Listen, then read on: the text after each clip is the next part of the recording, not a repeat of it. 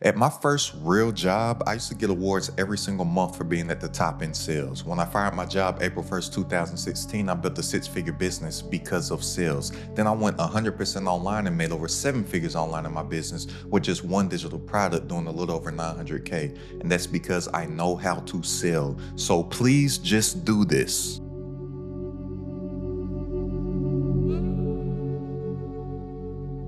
In order to make more online in your business, you got to get better at sales. There's no way around it, but that's not that hard to do because you don't even have to be that good at sales. Like, I'm not the best at sales, but I've been able to make over seven figures in my business because I understand this simple concept. And it's only going to take me about 5 minutes to break this down. So if you don't have 5 minutes to spare, by all means, go watch that cat video or something. But if you understand this concept, I guarantee that you will 10x your income. So look, the whole basis and foundation of me making this video is off something that I experienced yesterday. I woke up out of my sleep around 5 o'clock in the morning. So first of all, I was pissed because I'm not a morning person at all, but I was awakened by these scratching noises that I heard coming from my attic.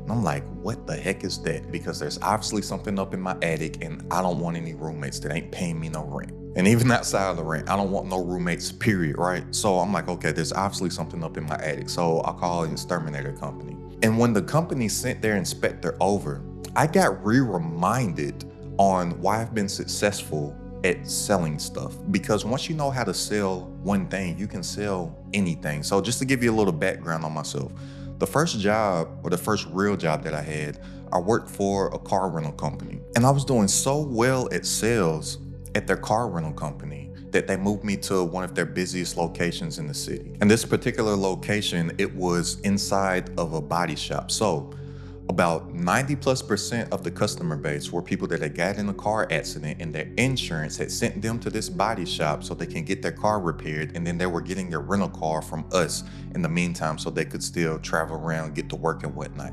And their insurance was paying for the rental car, right? So I was getting a lot of sales by selling insurance to people that already had insurance. So if you don't know how the rental car game goes, it's like this. Yes, the rental car companies, they do make money off of getting the cars on the road by just renting the vehicles, but they want you to maximize the amount of revenue that you can get per customer by upselling them into other vehicles or by selling them insurance to protect the vehicle. So listen to how hard of a sale this sounds like.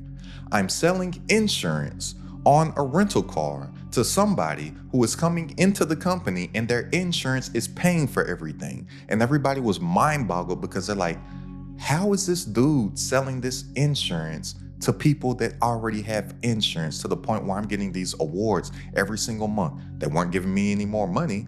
That's why I ended up quitting. I was overworked and underpaid, but they kept on giving me these trophies every single month. And I got to leave work to go to the award ceremony early every single month. That's the only reason why I was incentivized to sell, because I wanted to get up out of that building. And every single sales tactic that they taught me, or everything that my manager or that my coworkers or that people that have been at the company for years were telling me to do, I did the exact opposite. You know why? Because it didn't feel right to me.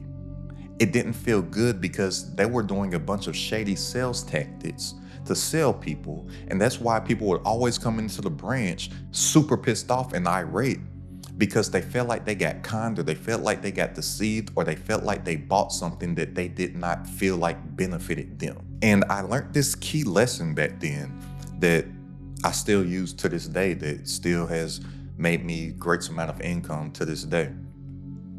People want to feel good about what it is that they purchased. People, they don't want you to trick them into something. People, they don't want you to use some type of deceit. And people don't want to feel like that they got. Because this is what you need to understand about humans. And everything in sales is psychology. People, they buy from emotion and then justify with logic. So those people out there that say stuff like, oh, I hate sales, or I hate salespeople, they think that because they're going back in their memory bank to an emotion that they felt, where they didn't feel good about the thing that they purchased from somebody else. And they felt like that person that sold them to them was the sole beneficiary of their transaction. They did not feel like the transaction benefited them. Because no matter what it is, people only buy stuff because they feel like it. So we want to evoke positive emotions into people so they feel good about what it is that they're purchasing and that they feel like they got the better end of the transaction. So instead of doing what everybody else told me in the company to do, I would do the exact opposite. They would try to hide certain stuff that came with stuff. I would just clearly explain to everybody what it is that they're getting, what it is that they're not getting, what are the pros and the cons, and let them make a decision. So if I know that somebody just put their car into the insurance shop, guess what? They already had to pay a deductible. So while we're doing the walk around of the rental car, I might ask them, hey, look, what's your deductible? Then they might tell me $500, $1,000, $1,200, $2,000, whatever their deductible is. Then I would say something like, well, okay, I would explain the insurance options to them, but then I would remind them of the predicament that they're in right now because of an accident that they got in on the road. So I would say, look, you don't need this additional coverage on the rental car. You already have insurance, obviously, that would cover this rental car, right? But in the rare event that you do get in some type of accident, you will have to pay that deductible again that you just now paid, and you already know that your premiums go up each and every single time that you make a claim. So you're going to have to make another claim, pay that deductible again, and your insurance rates are going to go higher than they're already going to go now. And since this is a rental car, I would hate for you to just be on the highway and a rock chipped the window, and now you got to pay another $500, $1,000, $1,200, $2,000 deductible just because a chip in the window hit because you were driving behind a truck. All right, and then a lot of people would see that and then be like, oh, okay, I'll take that. And then they would be thankful that I presented everything to them and let them make an educated decision. And then they feel good about that. So then my coworkers and my managers will be wondering why these people, when they return their cars, they're like asking where I am, and then they're like so thankful and they're smiling and we're joking around and stuff. And they're like, how is he doing this stuff? And the root of it was because I was genuinely looking to help them. I was genuinely looking to provide value to them. And then I would be asking them questions to assess the situation so I could guide them to an option that would be beneficial to them first, not to me. So what does this have to do with an exterminator coming to my house the other day? Well, I got hit with something called the bait and switch. So over the phone, they told me all this stuff made everything sound all fine and dandy, made everything sound like rainbows and cinnamon rolls, like a whole field full of cinnamon rolls, warm cinnamon rolls and sunshine and rainbows and birds chirping, right? Cool. Well, when they got to my house, everything they said over the phone, I was looking to spend about a few $100s to get this rodent out of my house because look, I'm not trying to make friends with this thing like Michael Jackson. I don't know if you know Michael Jackson's history, but he found a rat in his house and he named it Ben and wrote a song about it and everything. I ain't trying to be like Mike. I don't want to be friends with this thing. But to get back to the sales lesson, they basically hit me with a bait and switch. So they showed up for one thing, got me to put a deposit down for one thing, and then tried to sell me something totally different. They were trying to get me to buy something for $10,000 when they had set the expectation that I was only going to be spending a few $100s. But they didn't know my background when they pulled up to my house. They didn't know that the first quote unquote real job that I got was in sales at the rental car company. They didn't know that after I quit that rental car company, I worked at a bank and sold stuff at the bank. They didn't know that I found my job April 1st, 2016 and got started in a small niche in real estate called wholesaling, where I simply sold stuff, made 6 figures. They didn't know that I had an online business that's made 7 figures. They didn't know that I know sales. So every single sales tactic that this guy was trying to hit with me, I already knew it, and I could see everything within 3 minutes of our conversation. I was like, oh, okay, I see what he's doing. He's doing all those sales tactics that are in all the books. He's doing all those sales tactics that his company probably taught him to do, just like former companies that I work with taught me to do that really don't work and just gets people pissed off. And then once I let him know my whole background, I know everything that he's doing, I'm not interested at all because I don't trust how the company works. He broke down and he was like, man, thank you, man. I try to tell them that this stuff doesn't work. And man, you wouldn't imagine how many times every single day I get cursed out because people are pissed off because they're expecting one thing. And then I show up to the house and I have to tell them something else. And then people are cursing me out. I'm like, I didn't do it. I'm just the face of the company. But they're thinking that I'm this person and everybody's all pissed off at me. I was like, yo, Dude's name was JB. I was like, yo, JB, I understand it, but I don't know if you work off of commissions. If you do, I see why you were trying to get me on the 10,000 things, to the point where I'm not even interested in any of the alternatives, because you kept on pushing this super expensive thing that I know I can find somebody else to do it for less than that. Like, I remodeled 2 bathrooms in my house for less than that. But I ended up coaching him in real time to help him with his sales. And I was like this, look, what you have to do is that you have to lead with genuinely looking to offer value to somebody, and then simply just make an offer to them. That's what sales is. Why most people are out here struggling to sell whatever it is because they're trying to think of all these weird ways and tactics and schemes and hustles to make some money, instead of thinking of the other person that you're selling to and thinking of the issue and the problems that they're having and focusing in on that first, and then obsessing on coming up with a solution to their problem, and then effectively communicating that you have that solution to them. So anything that I've done in sales, from when I worked for the rental car company, to when I worked for the bank, to when I started my first business, to when I took my business 100% online, all that I simply do is come up with a solution to somebody else's problem, and then I educate them about something that will help them, and then I simply just make an offer to them and let them make the decision on if they want it or not. That's it. It's no high pressure stuff. Look, I've sold stuff belly to belly. Well, I say belly to belly is face to face. Like when I was involved in real estate, I'm going to people that are in some type of situation where they need to get rid of their house fast. And a lot of times when I'm negotiating prices with them, I wasn't the highest offer, but a lot of people chose me over somebody else because they came to know me, they came to like me, and they came to trust me because I was educating them about the decision that they need to make, and then letting them make that decision. Ball's in your court. But I have it so weighed in my favor because they didn't know that all this stuff existed until they met me. This one guy comes to mind. He was in some bad situation, like he was gonna lose his property in like 60 days or something like that.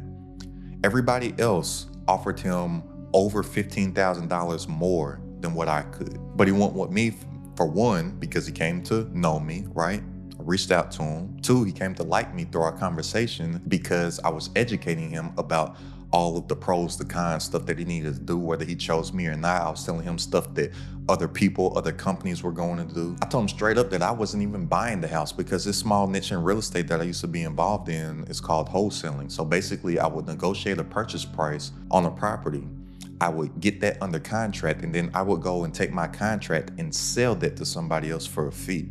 I'll basically go find some investor, house flipper, landlord, something like that, and basically assign the interest in my contract to them for a fee. I even told them what I was about to do. Whereas other people in the same business, in the same industry that were doing those same things that I was doing at those times, they would just go up to people and lie and act like they got the cash to buy their house. I didn't have the money for that stuff. But I did have the connections, and I did have connections to people that could close that deal within 7 to 10 days. And I'll do the same thing now. The reason why I've been able to find some success online, whether that be through content creation or whether that be through actually monetizing my content with my products that I offer. People, they come to know, like, and trust me because I educate them about the issues that they're going through, or the struggles that they're having, or the obstacles that they can't overcome. And I show them that I have obsessed on coming up with a solution to their problem more than they have.